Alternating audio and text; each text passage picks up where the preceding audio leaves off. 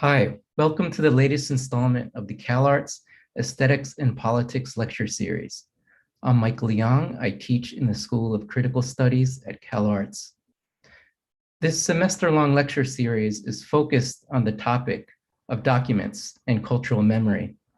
We've been exploring, among other things, the lure and the blur of documentary knowledge and the way cultural memory can constitute a powerful counterhistory, especially in relation to political violence, legacies of imperialism, and exile. Before I introduce our special guest for today, I hope you can mark your calendars for our final event of the semester on November 19th at 7 p.m. John Michael Rivera will be visiting us in person from UC Boulder to read from his recent book, Undocuments, and I'll also be discussing an exciting work in progress called Recoil. This lecture will take place at CalArts on campus in the Generator Building. I'm very happy to introduce this evening's guest, Karina Alma, who is an assistant professor in the Chicana, Chicano, and Central American Studies Department at UCLA. In Karina's scholarship, I particularly appreciate the way that she fluidly moves across national traditions, genres, and media to illustrate and articulate various modalities of Central American diasporic memory. For example, in an illuminating essay on what she calls the counterpoetics, countervisuals, and counter-narratives of the poet William Archila, the multimedia artist Dalila Paulo Mendez, and the novelist Cristina Enriquez, she observes, quote, "The field of memory studies, though acknowledged as a broad interdisciplinary area, to date remains focused in Europe and Euro-Anglo North America. But the work of Central American diasporic writers and artists is relevant within memory studies and posits ways of seeing and being for US-born or raised Central Americans as they create their present and presence," end quote.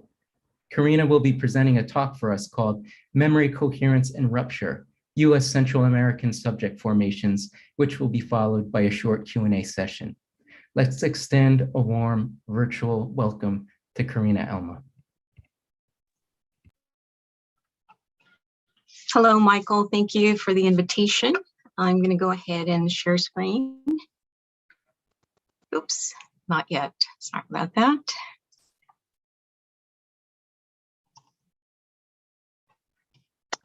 Now I will share screen.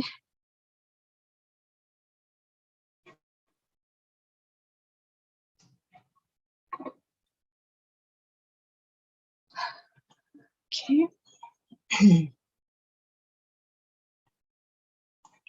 Please let me know if you could hear me well. And I'm hoping that we won't have any issues either with the slides. Thank you for this unexpected and lovely invitation.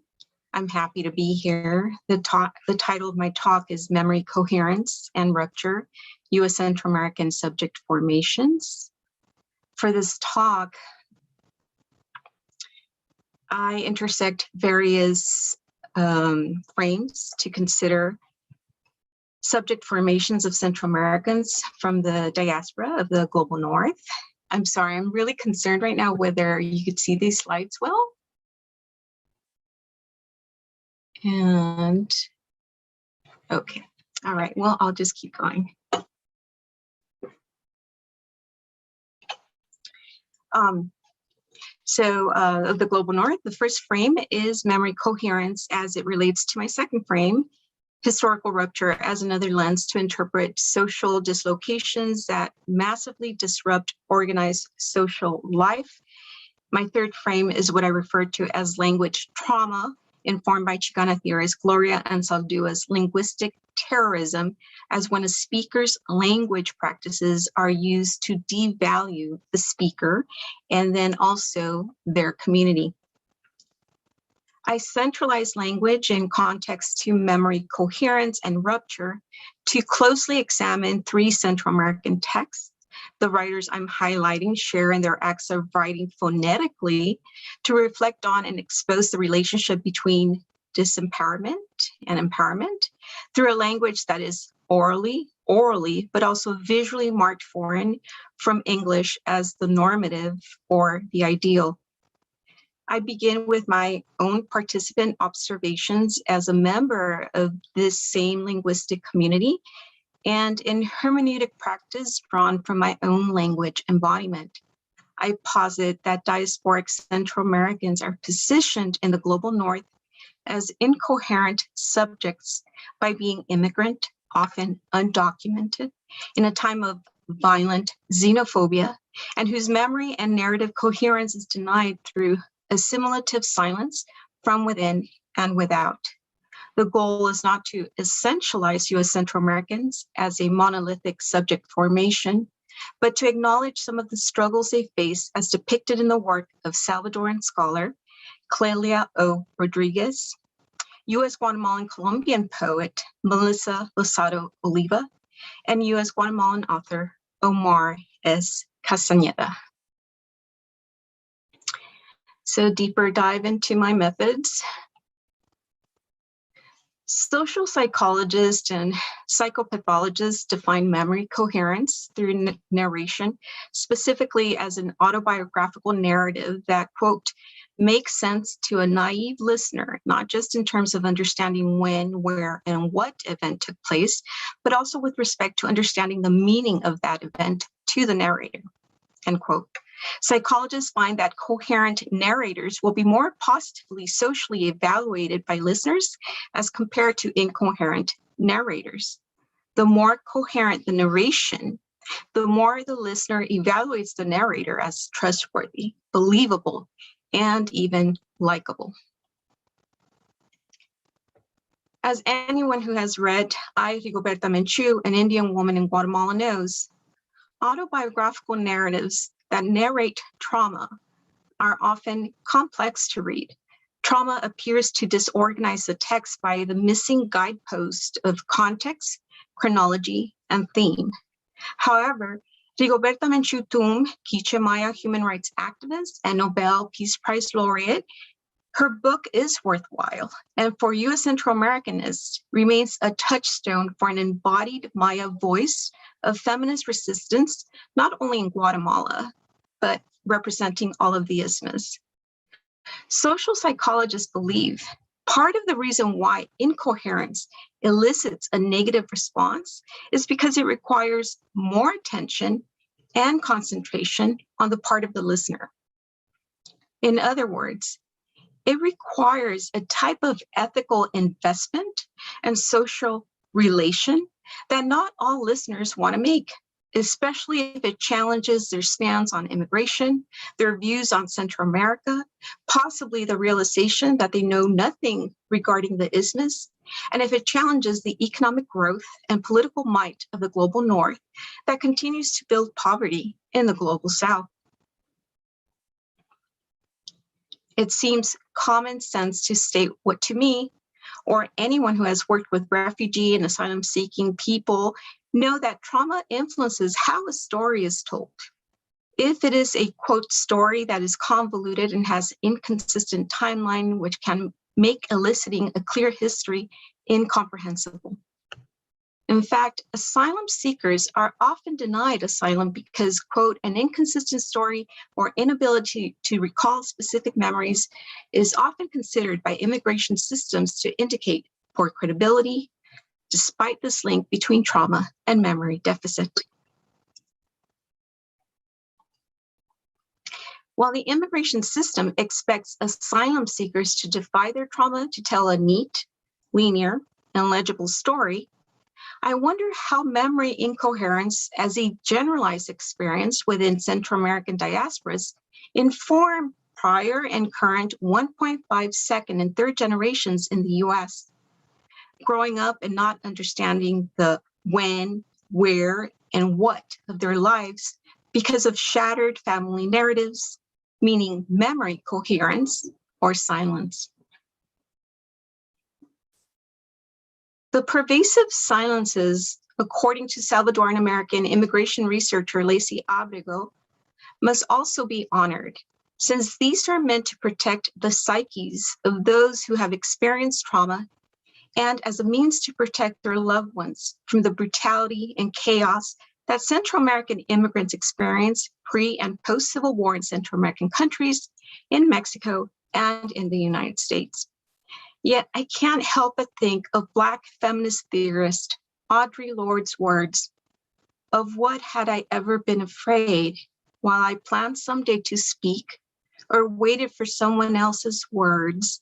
I began to recognize a source of power within myself. My silences had not protected me.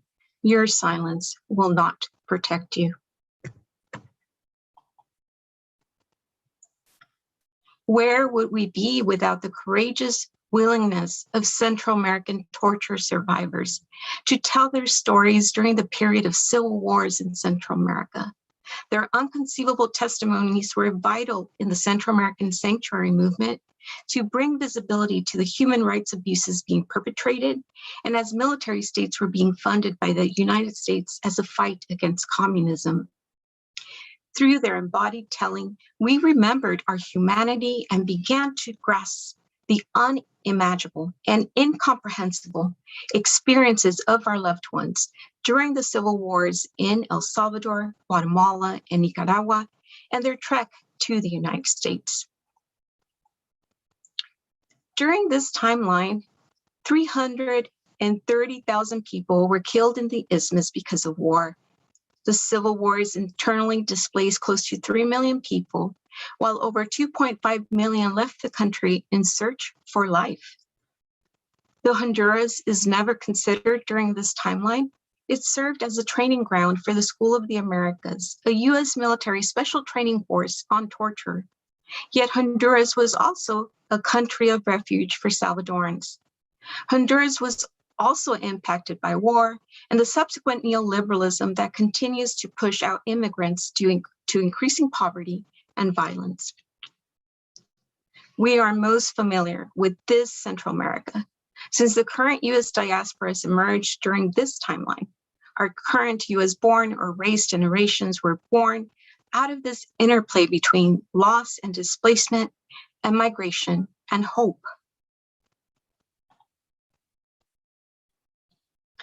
While we all agree that we are more than our parents' trauma or even more than our own traumas, there is no denying the historical rupture that this period represents for Central Americans in the Isthmus and the diasporas now located around the world. Historical rupture implies other forms of discontinuity, such as in community formations. Jeffrey C. Alexander proposes, quote, "Insofar as traumas are so experienced and thus imagined and represented, the collective identity will become significantly revised," end quote. The alterations to one's self-regard, however, lead to a, quote, "searching, re-remembering of the collective past, for memory is not only social and fluid, but deeply connected to the contemporary sense of self," end quote.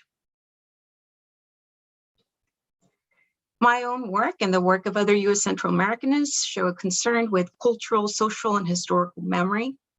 A recent memoir by Salvadoran American journalist Roberto Lobato centers memory as a form of truth-telling through the concept of aletheia, which means to unforget, to unconceal in Greek as the definition of truth.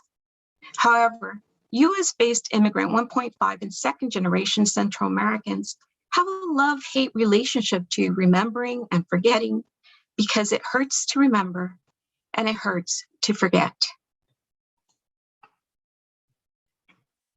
I think of my students and the excitement they show as Central American, Latinx, Indigenous, and Black students learning about Central America in an educational setting for the first time in their lives.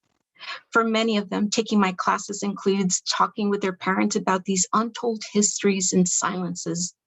In my earnestness to make Central American studies a serious area of research, I don't let them off easy.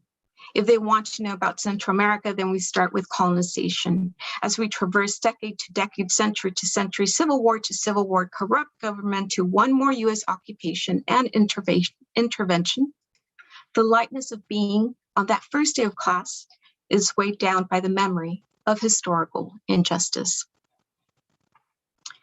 To mitigate the responsibility of the social and political commitment that begins to gnaw at them, and as they begin to reassess their privilege, even if in the inner city neighborhoods, even if undocumented, memory, I promise, is a form of life, and to remember a form of rerouting and resistance to forgetting.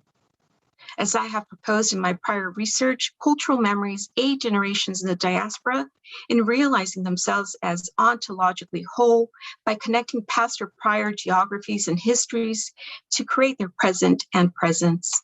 However, their sense of belonging and unbelonging is deeper than what they get to know or experience in my classroom.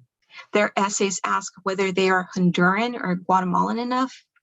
They disclose that as Indigenous, Garifuna, or Afro-Central Americans, they are out of place in Central America also. They reveal that they have never fit in the U.S. either. However, some reveal that regardless of the pressure to fit in by pretending to be Mexican in Los Angeles, that they have always taken pride in being Maya or being Salvadoran or speaking the Central American voz. They find refuge in my and Dr. Abrego's and Dr. Boch Lopez's classes, as our department attempts to foster a Central American studies focus alongside Chicano studies. Often, they have been discouraged and to do research on Central America by professors of their or even their own parents. But what ails them is also more than discouragement. I recognize their struggle. I've lived it. It is that sense of being minoritized within a minority, that sense of always having to explain yourself via a cultural practice that is familiar to another Latinx community, and especially to Anglo-Americans. As Salvadoran American poet Leticia Hernandez Linares explains, quote, when I moved to Pennsylvania and entered graduate school, I had so internalized people's expectations or lack thereof that I questioned and berated myself. Who was I to be the only Latina in the English department at UPenn? Where did I get the audacity, the right to get a PhD?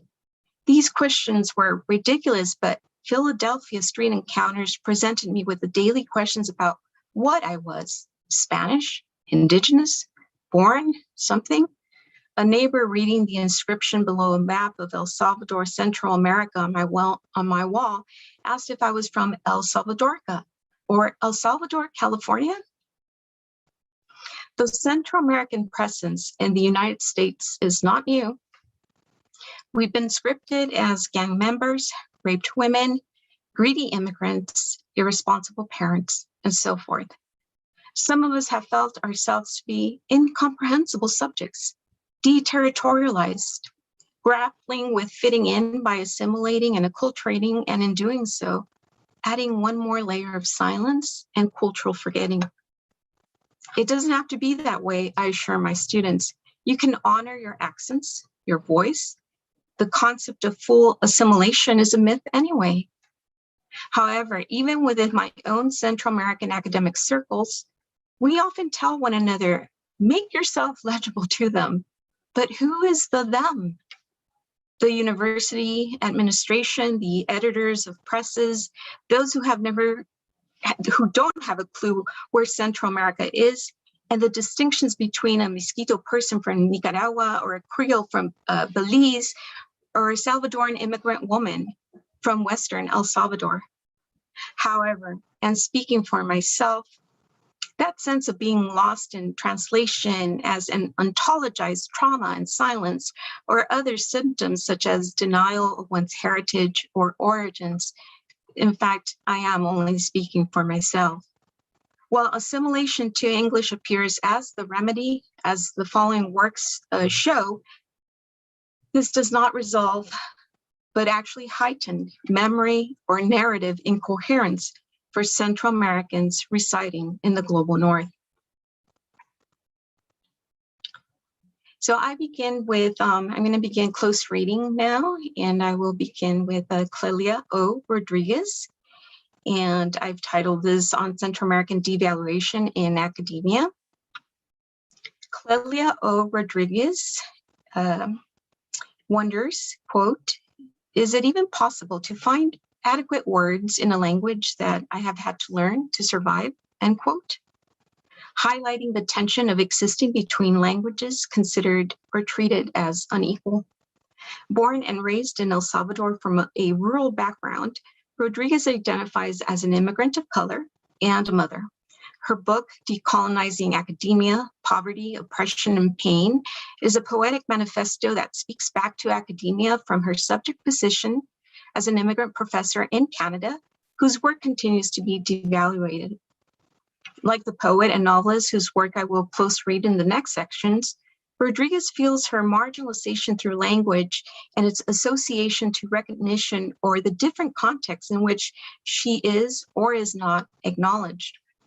She states, quote, "In class, I was acknowledged if I spoke English properly and rapidly and ignored if I brought the accent to the table." She notes, quote, "At conferences, I was acknowledged if I had a tag with the name of the institution and ignored when I removed it. Acknowledged if I was accompanied by a popular academic, but dismissed if I was with a non-tenured person of color professor." These observations cause her to conclude that recognition in academia is tied to prestige, as she views it as synonymous for pretense and pretentiousness. Her stream of consciousness ruminations appear philosophically pessimist, while also privileging the text and language that she resents, though the book condemns academia as a site of discipline, dismissal, and alienation, unless immigrant and scholars of color, quote, "adopt writing norms and mimic behaviors to become the right fit for the future institution," end quote. Her text is meant to be consumed in academia. Her non-compliant writing centers her own narrative and experiences through her poetic languaging. Her languaging both limits her mobility in academia, yet offers her a sense of empowerment, claiming, quote, "living in the margins of vocabulary explicitly smells like disobedience," end quote. I focus on section 4 that uses the epistolary form, or it is now possibly email form, in the letter, quote, "voice of reason." She enacts her language disobedience, or one can theorize undiscipline, through phonetically written language to invert the alienation she has experienced through language when language is presented as so foreign and therefore incomprehensible. She flips the script by placing the marker of difference onto the English language and writes, and unfortunately, I was not able to add this to the screen, but it's almost undecipherable, the phonetic writing that she does. And so I'll just give you my translation. So the translation reads, "That's insane. You will commit academic suicide. Maybe you need to speak to a psychologist to help you follow and obey and to remain silent." She creates an almost illegible text to visually portray the illegibility of English for a speaker reader whose primary language is Spanish. Whereas in the United States and Canada, Latinx Spanish-speaking immigrants are marked by their quote-unquote foreign language, Rodriguez refuses to abide by such norms. To the Spanish speaker, it is the English speaker who has the accent, while depicting English as illegible clues readers on the sense of incomprehensibility some Central Americans feel. It does not resolve the reality of feeling out of place or out of language. Regardless, her manifesto creates a space of acknowledgement for Central American academics and students from the global north. And so now I'm going to read Melissa Losado Oliva, and I've titled this Body Waxing as Metaphor for Americanization. And unfortunately, I wasn't able to add their phonetic writings, and I encourage you to purchase each of these books. But I will do my best to convey phonetically what they've written. Melissa Losado Oliva also incorporates phonetic speech in some of her poems, especially to depict her mother's voice. A self-proclaimed Guadeloupean, her mother is Guatemalan and her father is Colombian. She was born in Newton, Massachusetts, and currently lives in Brooklyn, New York. She defines her poetry at, quote, the intersection of Latina identity, feminism, hair removal, and what it means to belong, end quote. Vibrant, irrelevant, in your face, and subversive, Losada Oliva explores similar themes of unbelonging and power, using humor in her book of poems, Peluda, which translates to hairy, published in 2017. The book of poem extends the metaphor of hairiness and waxing throughout to reflect on identity, love, inner strength, and language, like in the poems, quote, you know how to say arroz con pollo, but not what you are. And also the other poem, what if my last name got a bikini wax too? Besides including phonetically written words, the lines and memories in some of her poems run into each other in quick succession, at times making it difficult to disentangle one moment from another. The memory coherence in her poems is at times jumbled, especially because it makes room for her mother's interjecting voice. While Rodriguez ponders submission, exclusion, and silence in academia as a space that comes to believe is not intended for her or people of color, Losada Oliva also expresses an alienation coupled with guilt. The first poem, Origin Regimen, alludes to the idea of origins, a theme that often concerns Central American diasporic subjects, but as she reveals, not in a structural or chronological sense, but to her own origins interwoven with her parents' job, and especially her mother's work as a body waxer. The poem is long, and because of time, I've chosen to highlight a couple passages that return to the quest for origins, including ethnic origins and of belonging to a place. This passage states, before the beauty business, there was a hot homeland with gossiping ants. There were mountains. There were things we enjoyed more because we didn't have enough. Noise, basta, you are old enough. You can do this by yourself now. Every week you do this. You don't need my help. You were there the whole time in your mother's belly, weighing her back down. In this genealogy of origins, the weight of the unborn poet, Losada Oliva, becomes a motivating force and factor for her parents' migration. Once in the U.S., the mother progressively begins to transmit the idea of Americanization that ends up erasing the daughter's origins, that parallels her father's erasure of his Black ancestry. Losada Oliva writes that even in the womb, you have nails and hair like your father's, thick and dark, from an origin with ships, origin he never really traced. You will come out late, you will, wait, espera, let it dry. And if you start waxing early enough, the hair will grow back thinner. And if you're in America long enough, you can get rid of your accent. You can pull it faster, like faster. You don't want to rip the skin off esa cuca. Mind you, that the literal translation of cuca is roach, but cuca is also slang for vagina. Losada Oliva's desire to trace their origins and to recreate a personal narrative becomes blocked by the mother's instructions and humorous interjections that nonetheless overwhelm the poet's memory. However, the mother's interjection matters since it recenters work and assimilation. For immigrants whose very day-to-day existence depends on their labor, work becomes integral to how their jobs begin to reshape or wax their narratives and identity formations. The poem closes with Losada Oliva's memory in tension with her mother's ideals of integration as her mother waxes her face. There we go, see, finally, oof, we can see your face now. In the act of waxing her daughter's face, the mother feels she is helping the daughter acculturate or become American. The Latinx women's hairy faces,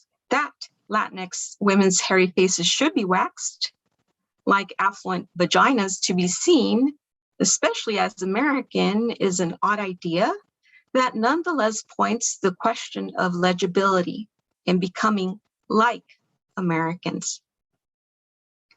The integration of phonetically spelled words offers intimacy and gives the mother a memorable presence. However, in this poem, the mother's Spanglish is forceful and confident, influencing her daughter's identity.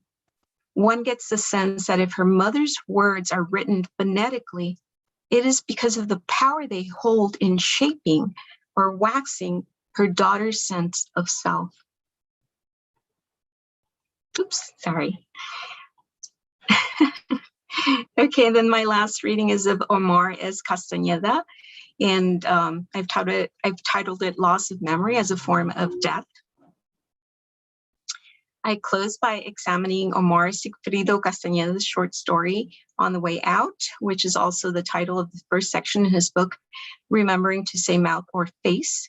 Castaneda belonged to the earlier 1.5 generations born in Guatemala in 1954 and raised in the Midwest, Indiana, and Michigan since the age of 3.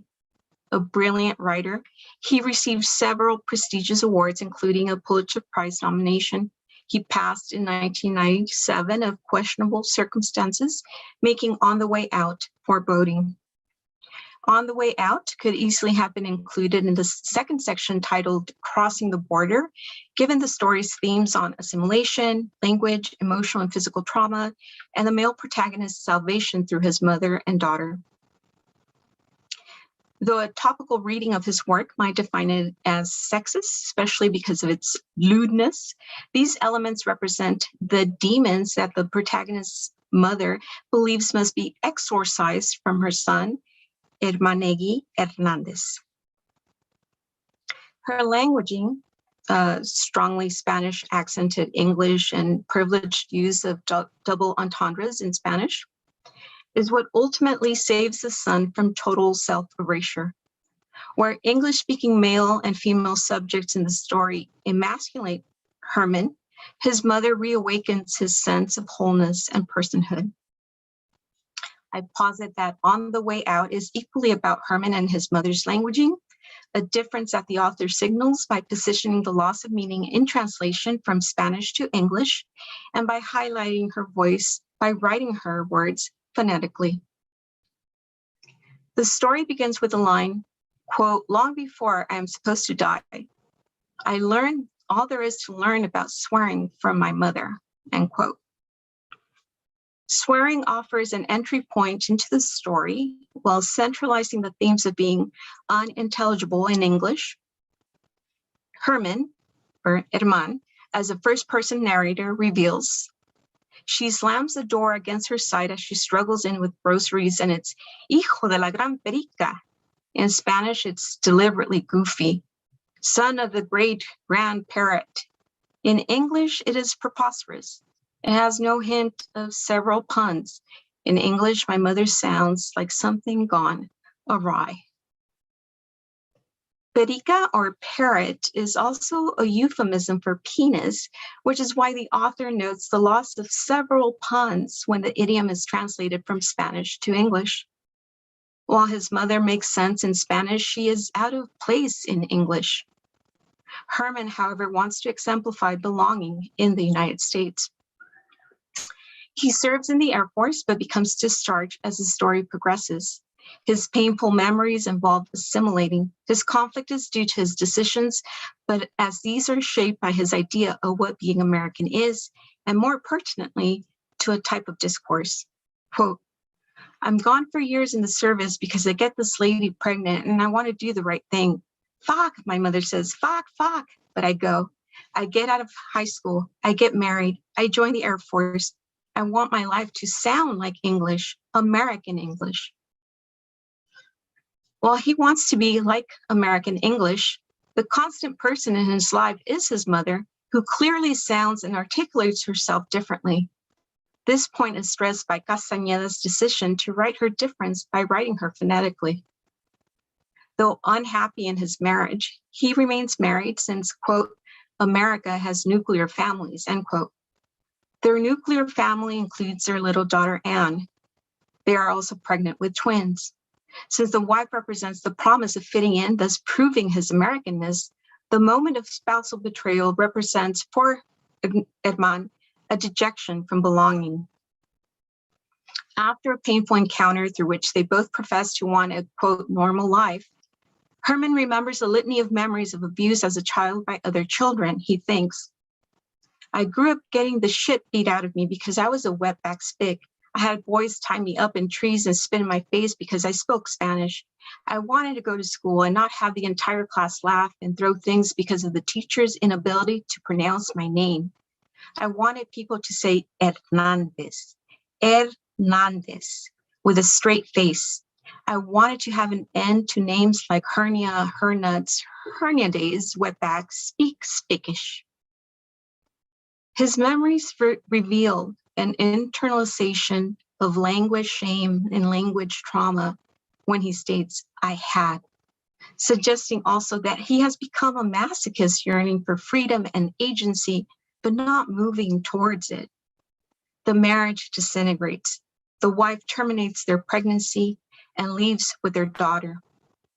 In response, Herman goes on a drug binge and is kicked out of the Air Force. When the mother exclaims that his problems are due to that woman, he is honest in response. She's just wanting to find herself, like me, like everybody, probably. At a pivotal moment of true self-empowerment in recognizing his own will, regardless of social structure, Herman, however, falters. Quote, I just want to be normal, he tells his mother, repeating a moment of failure early in the story. His mother responds, quote, why'd you want something like that? I never want to be that. Why, mijo? Why? Why'd you want that? The mother speaks her mind through all her language and ethnic difference that nonetheless reinforces a strong self-identity.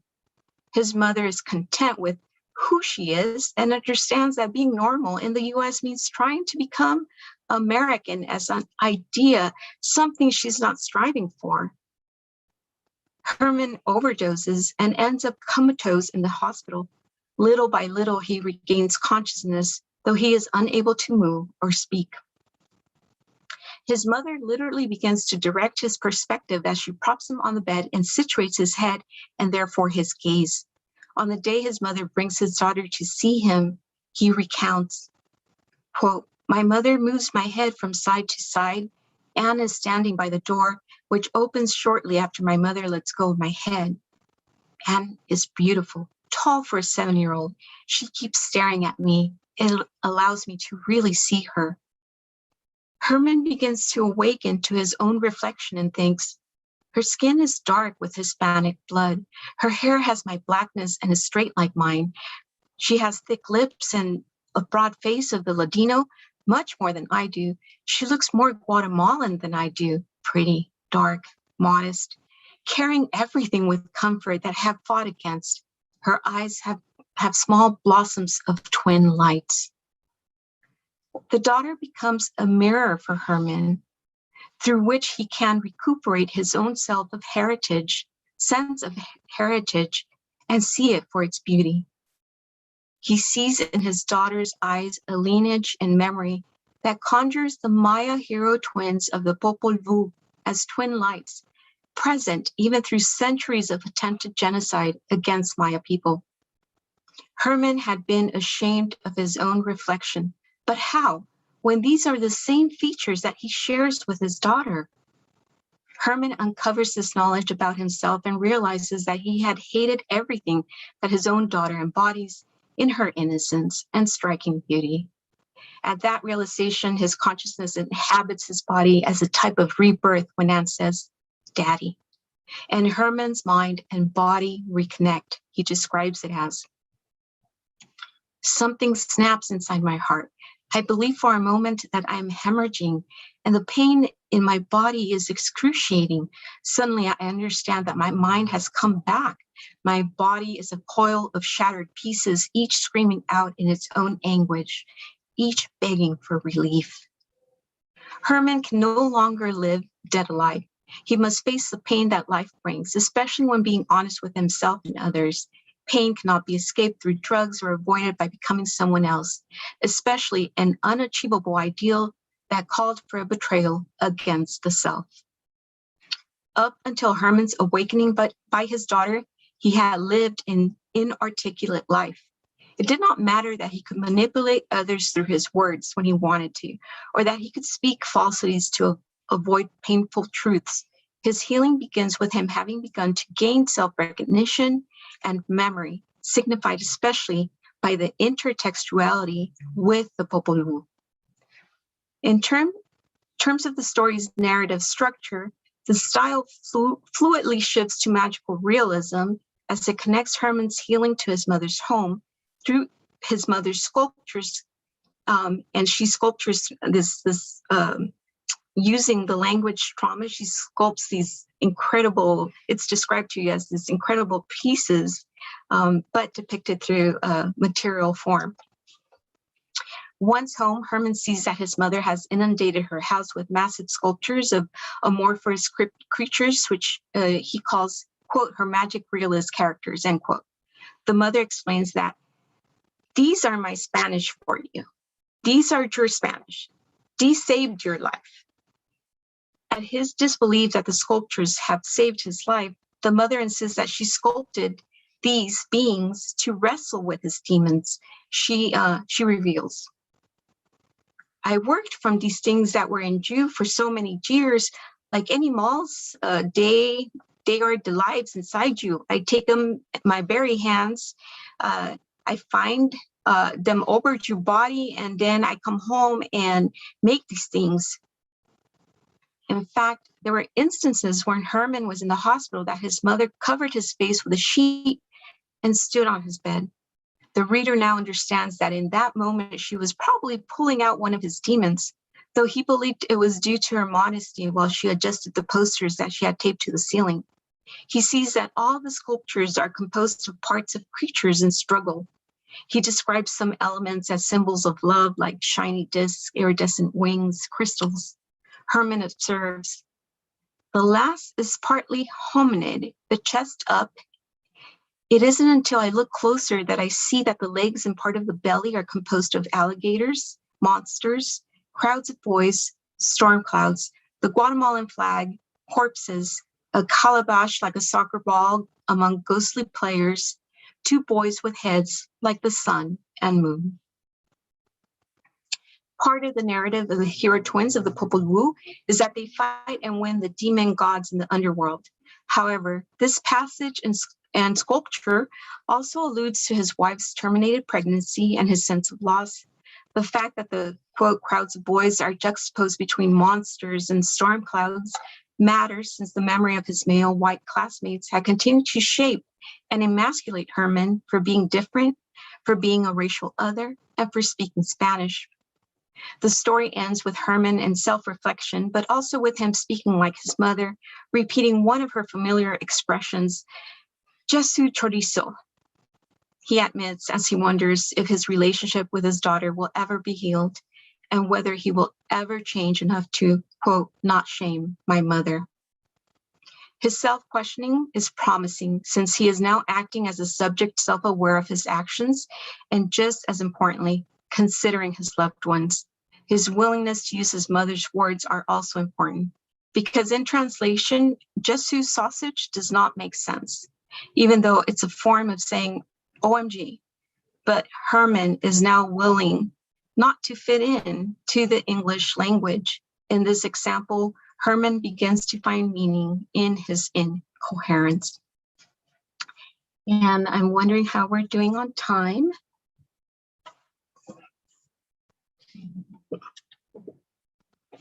And I would like to close if possible.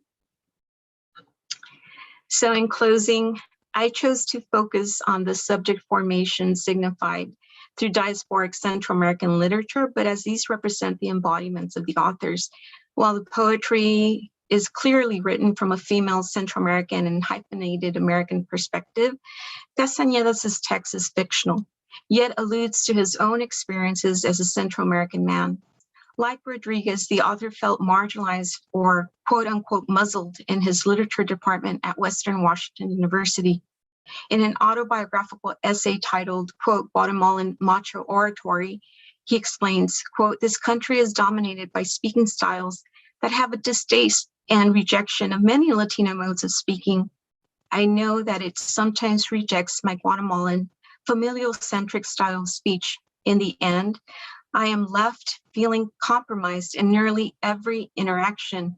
There are times I have forgotten to keep a tight leash on my way of speaking," end quote. This devaluation on Latinx and Central American forms of speech, accents, and narrative cohesion as a language trauma. I posit them as through these readings. And for me, it also remains important that even though we can note that language trauma, that they are also creating counter moves by using that same language shaming and to show empowering and a recentering of their Spanish language, their Spanglish, and also the accents.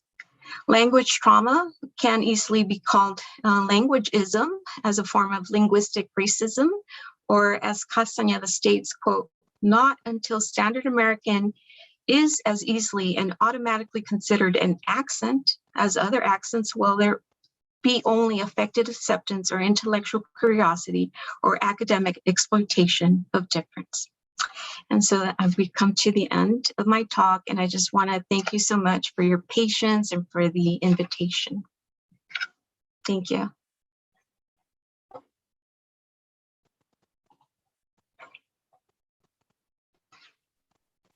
Thank you so much, Karina. That was great. My brain is buzzing with ideas. I appreciate how it incorporated so much. So at this moment, I'd love to invite the audience to enter any questions into the text box.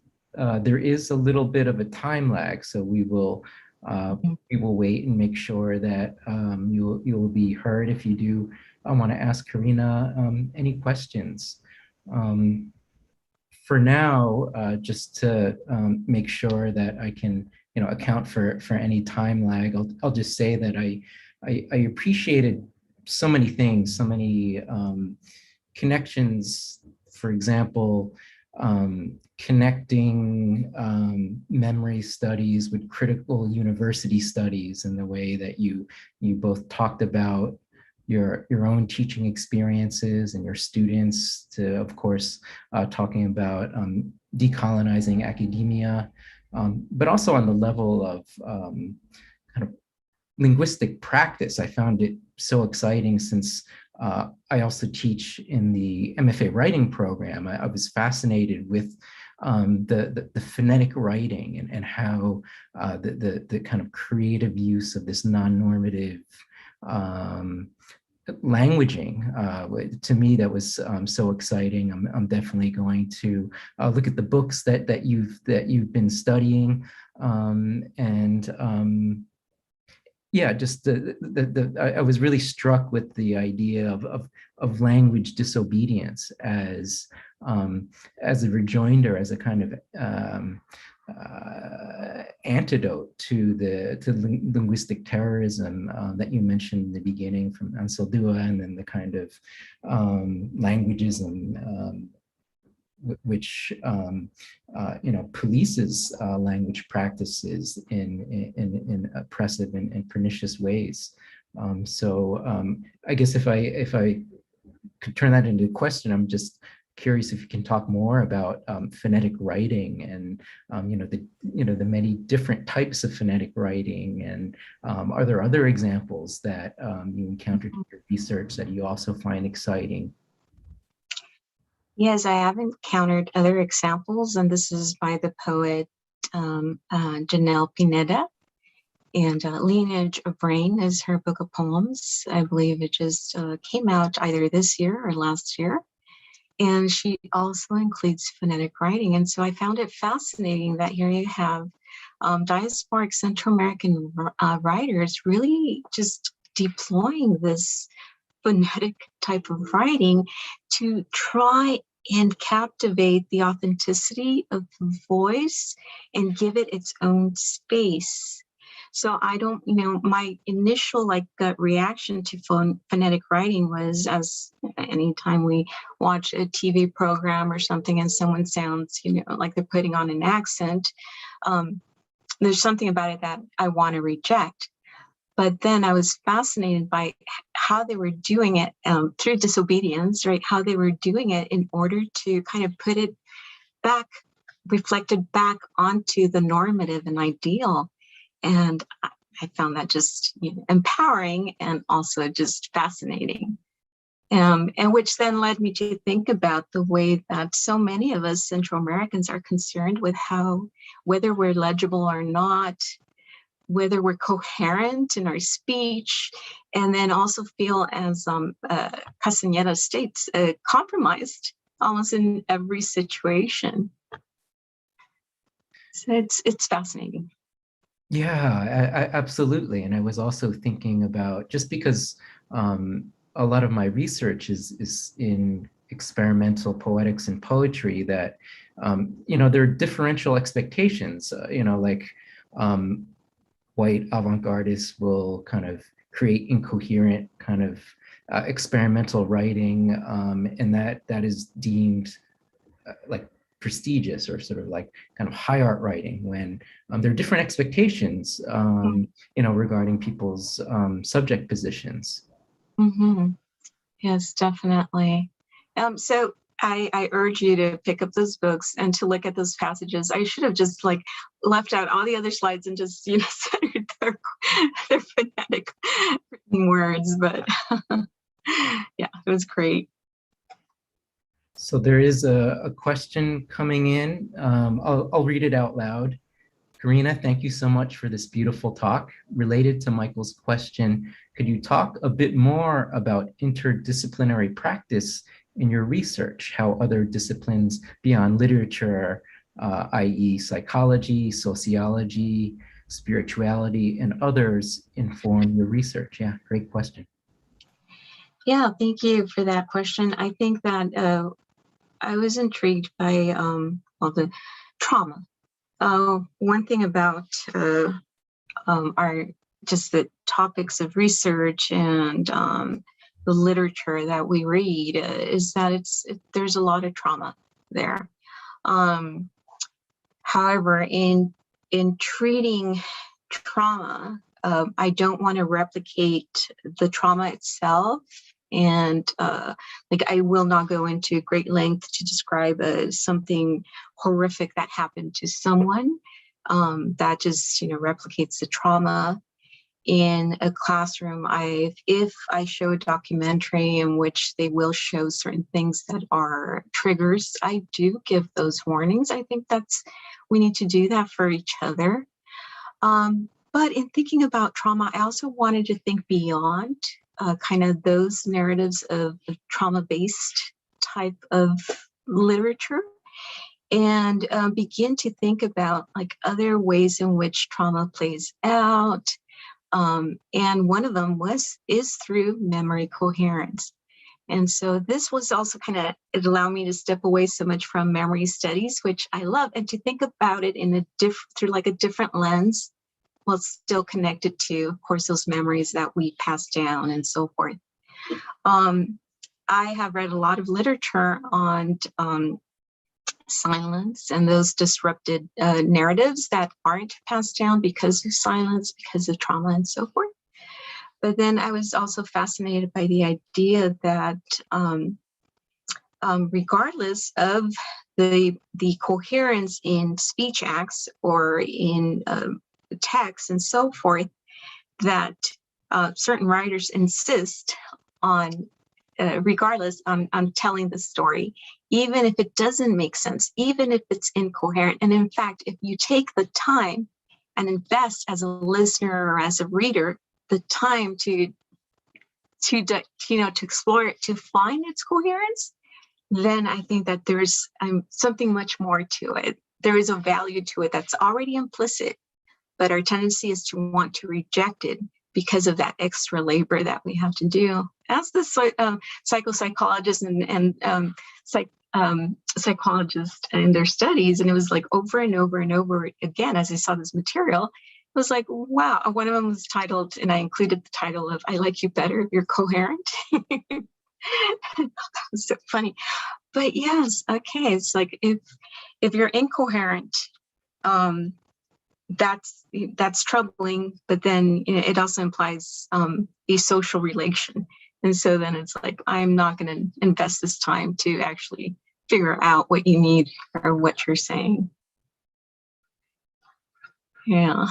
So, but still within the line of memory studies, and I'm just lucky to be an interdisciplinary scholar, truly, because it allows me to reach to so many other disciplines and spaces and so forth. Absolutely. I appreciated that answer. If there are any more questions, definitely put them into the chat box.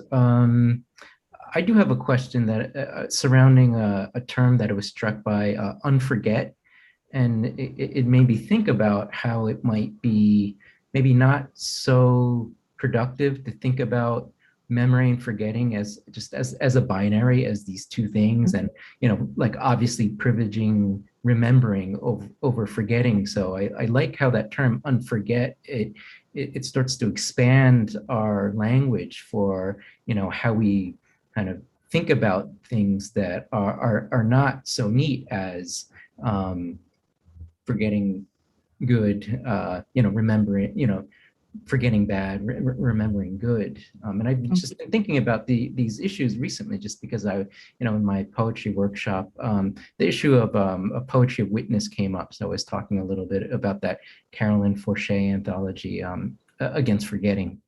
Mm-hmm. Yeah. Yeah, that was Roberto Lobato. I could write down his name. And he wrote a memoir recently. And it's an interesting memoir because he's really covering kind of the development of a particular type of masculinity, and also the construction of the Central American Maras in Los Angeles. And so, and why it is something that needs to be told, that needs to be said, and also reframed in the way that kind of gang culture and the stereotype of the gangster and so forth is one of the primary stereotypes that we see of Central Americans. And he just, he centralizes the aletheia, and aletheia in Greek means truth. And so it's fascinating, though, that aletheia, it actually it signifies truth. It means truth, but it truth through the act of uncovering, and so through the act of unforgetting. And yeah, that's fascinating, definitely, because if you uncover and that says that truth is always there. It's always present. It's always there. And so we just need to unforget to tell the truth. Yeah, and that's all, Roberto Lobato. It's a beautiful concept, and maybe on that note, I just wanted to thank you on behalf of CalArts for sharing your ideas with us. Please keep us in touch about your research, and we will wish you well. Thank you so much. I enjoyed this very much. Thank you. Bye-bye.